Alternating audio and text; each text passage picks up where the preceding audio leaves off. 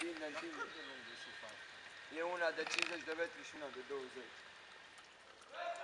Dă-i! Merge! Dă-i sandale! Dă-i să sune! Dar nu o să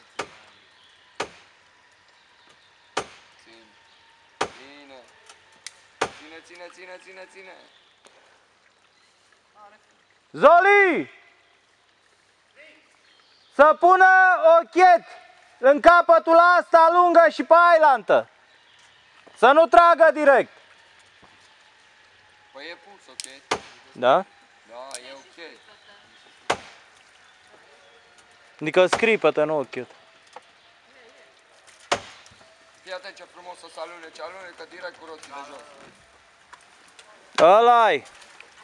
Încă!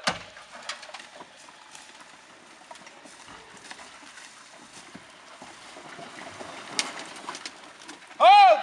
Opa! Ho! Urcă-te unul la volan. La volan, ia stânga, Maxim, Ia stânga. ca să-ți vină spatele în ravenă. Fii atent unde curge uleiul de motor. Aici, în spate. Ei, s-a adunat tot acolo.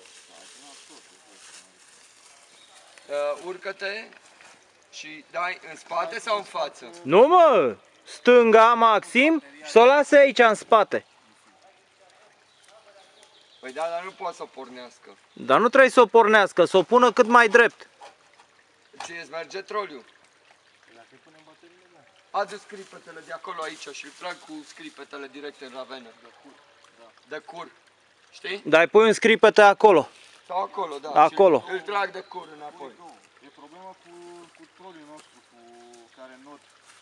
Lasă-mă că scoatem nodul afară, îl tăiem și punem altceva. Punem din coace.